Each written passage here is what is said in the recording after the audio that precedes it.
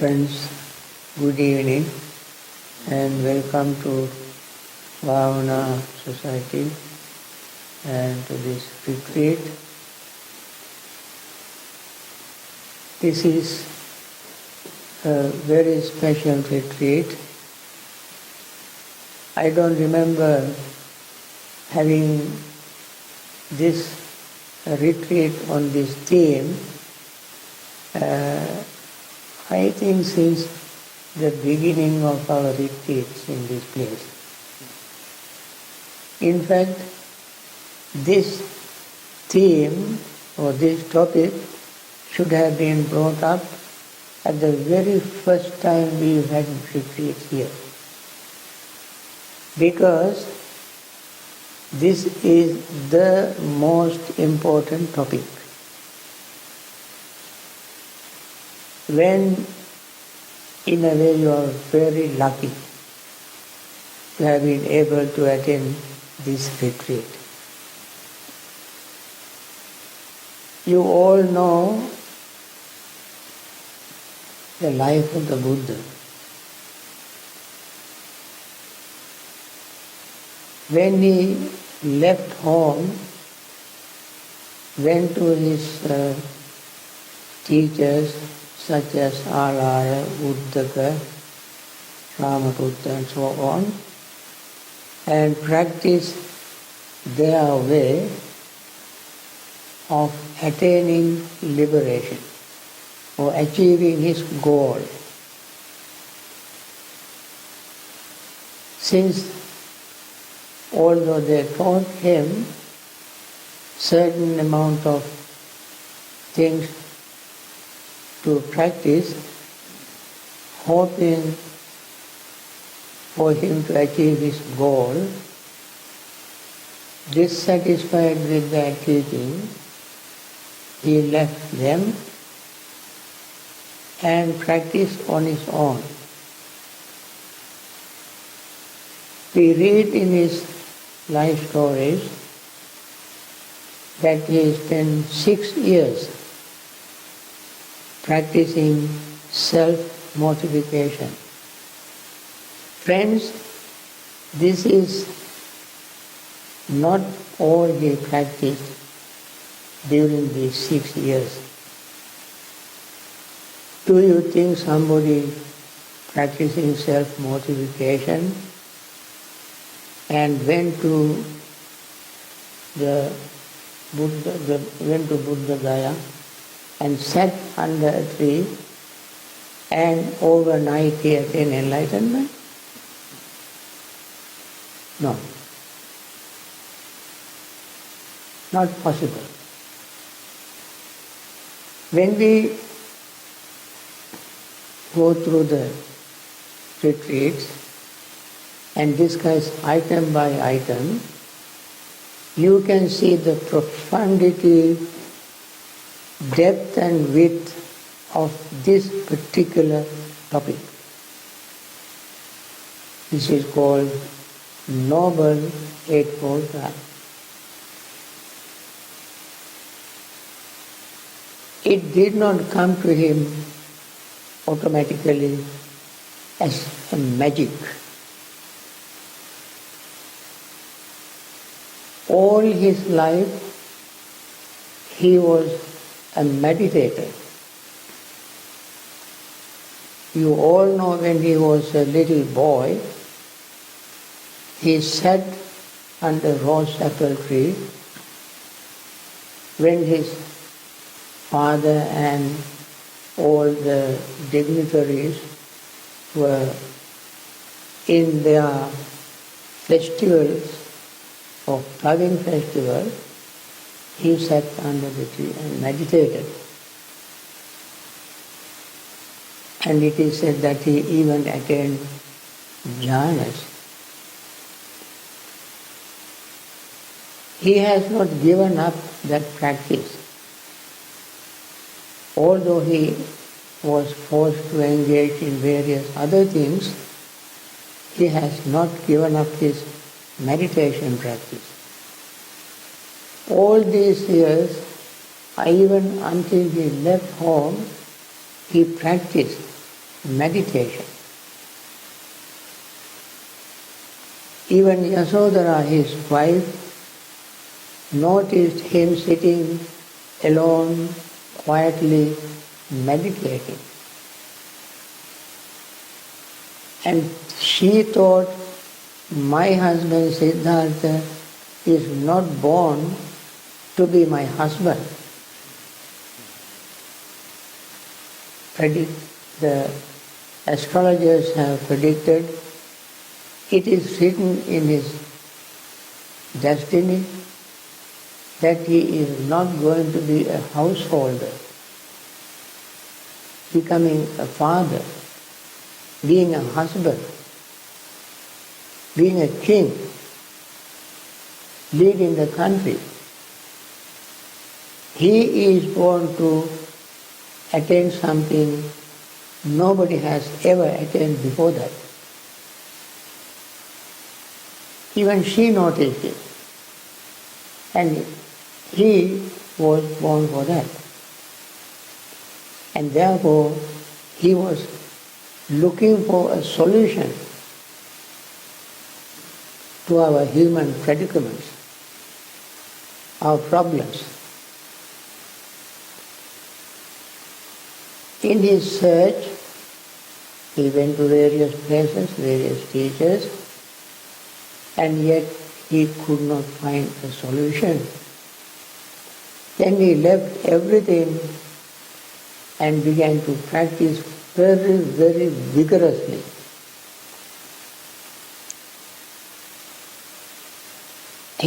That's all he had in his mind. How to find a solution to our problems of existence. This is a problem of existence. He did not care for eating, meditating. Didn't care for sleeping, he was meditating. He did not think of drinking, resting, but meditating.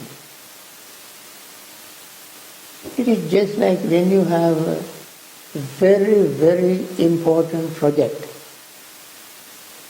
that is very crucial to your life, to your survival. What would you do? You devote your entire time, energy, and thought to find a solution. We don't care for food, bathing, cleaning, resting. Day and night you work on your project. That's what he did. And therefore during that time, 6 years, he was practicing day and night, without sleep, rest or food or drink. Practice. This was all he had in his mind. Practicing meditation.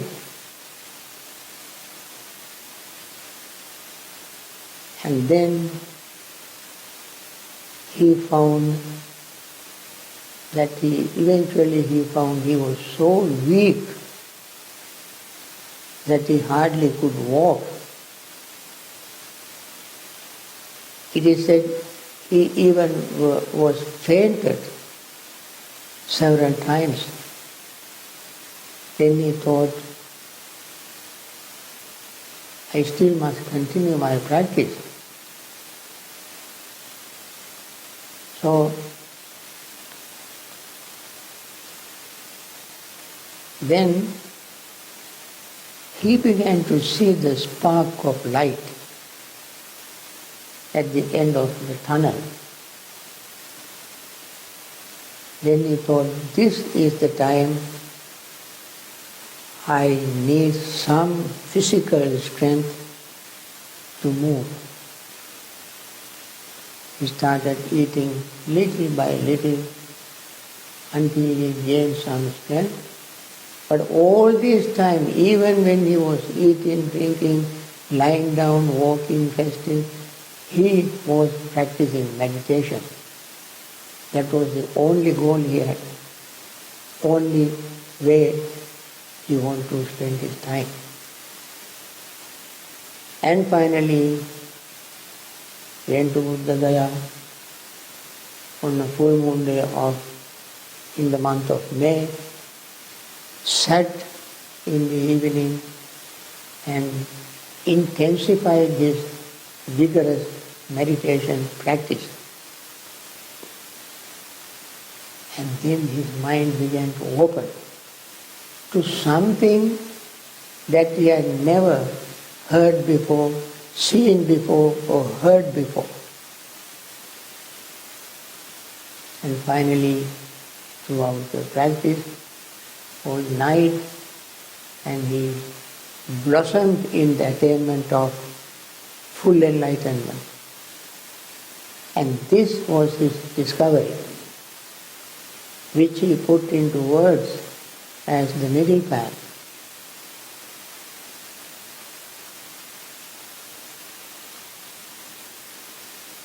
Sometimes it is called Noble Eightfold Path, sometimes it is called middle path, sometimes it is called a brahmacharya path, holy path, noble path. When you hear, sometimes people, when they talk about middle path, they ask us, is there any upper middle path? Just like upper middle class? Yes, there is upper middle path.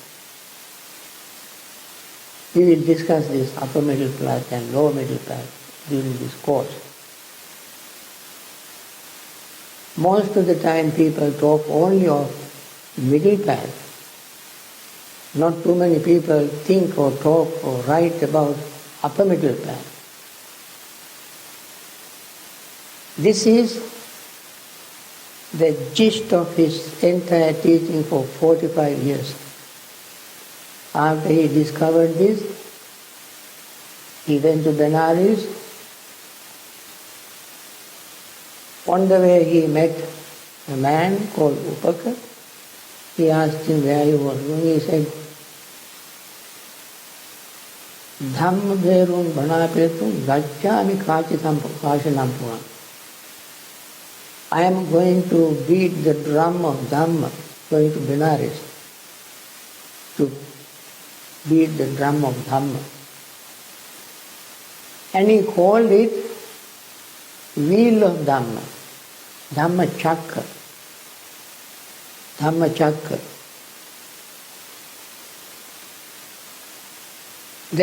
He wanted to find out something in this attainment of enlightenment. He saw there is another cycle, another wheel, that is called samsara wheel. Samsara wheel. In this wheel, there also is a repetition. Birth, death, decay, sorrow, lamentation, pain, grief and despair. Death, again birth, death, sorrow, lamentation, pain, grief and death, another birth, death, sorrow, lamentation, pain, grief and despair. Death, another. This is going on and on and on, repeating. That is the nature of wheel. We cannot find a beginning of a wheel. Wheel represents endlessness. Wheel represents repetition. Wheel represents a function, activity, dynamism. You cannot keep a wheel stand still without putting it into motion. It falls. Samsara wheel is repeating itself without stopping. So Buddha found another wheel called Dhamma wheel of Dhamma. That wheel of Dhamma also is not going to, you cannot keep it straight, upright, stand still. It can fall. In order to keep this Dhamma wheel, that also keep Dhamma wheel straight, upright, you got to put it in motion. This Dhamma wheel of Dhamma, must be put into action. Otherwise it has no meaning. So, whatever we learn in the name of Buddhism, we find in this Dhamma wheel. We see it in great elaboration, in great detail, and we can see it in a nutshell, in a wheel. We meditate. Where can we find meditation? In this wheel. Doesn't matter which meditation we practice, in this wheel. We talk about morality. We find it in this wheel. We talk about wisdom. We find this wheel. We talk about compassion, loving friendliness. We find in this wheel. We talk about generosity. We find it in it. So whatever we find in the name of Buddhism, we find in this Noble Eightfold Path. That is the core, heart or center of the Buddha's teaching. And therefore, we will discuss this in detail. I plan to spend at least one talk on one of the Noble Eightfold Path steps. There are 8. Unfortunately, we don't have so many days, but I like to give at least some idea. Of course, you all might have read this many times in many places, in various forms, various languages, and yet it is very good for us to bring them together in a retreat. So I plan to give a talk on each of the steps of the Noble Eightfold Path. When he set this wheel in motion, he said in the first sermon, once this wheel of Dhamma set in motion, no Brahma, no divine being, no human, no body on earth can make it go back. No one can stop it. It keeps rolling, turning. Even 2,600 years later, it is still turning. It's so powerful turn he turned at the very beginning. And it is still turning. So, it is powerful, meaningful, effective, beneficial. So he said, when he attained this stage, he said, Panya Udapadi, Vidya Udapadi, Aloka Udapadi, wisdom arose in me, knowledge arose in me, light arose in me, vision arose in me, and he liberated from samsara. He found what he was looking for. And for this, he did not. In order to attain this state, he did not eat for 6 years very well, did not sleep, did not rest, did not drink, and reduced his body into a skeleton. All these difficulties he went through in order to attain this state. Therefore, friends, this is the heart of the Buddha's teaching, and we should spend as much time as possible to understand this and put this wheel of Dhamma into motion in our life. And that's what we are going to do during the retreat. And today we start with the 8th precept. Some of the precepts that you observe tonight, the whole thing is called 8 precepts. Some precepts are not directly in the Noble Eightfold Path, but they are peripherally existing in the Noble Eightfold Path, in the category of morality. For instance, in the Noble Eightfold Path we don't find the precept to abstain from eating at night. We don't find in the Noble Eightfold Path the precept to abstain from intoxicants directly, but it is implied in the right livelihood.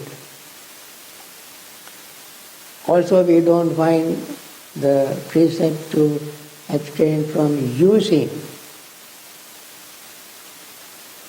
perfumes, garlands, singing, dancing, visiting theatrical shows, and so forth. We don't find it. But in a higher training, in the what is called upper middle path, we find all this.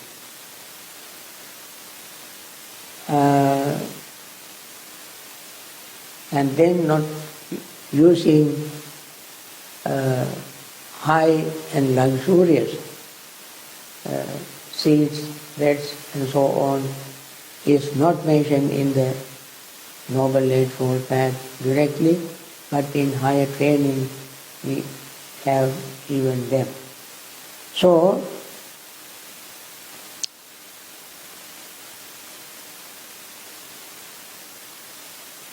we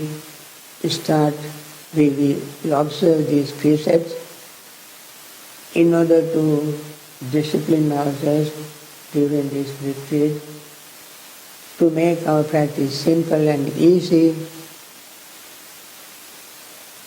and also some precepts like not using perfumes and so on is good for everybody. Some people are not very comfortable with certain perfumes. In order to be very compassionate and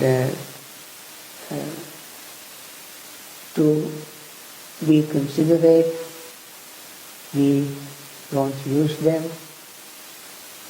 So, during this retreat, we observe silence as our retreat coordinator. I heard mentioning it very often. And observing silence is very important so that we can focus our mind on ourselves, on our own practice, without wasting any time in talking, except during our discussions period interviews, and so on. So now, I think with this introductory remarks, I like to conclude this evening's talk. Now we spend some time in meditation.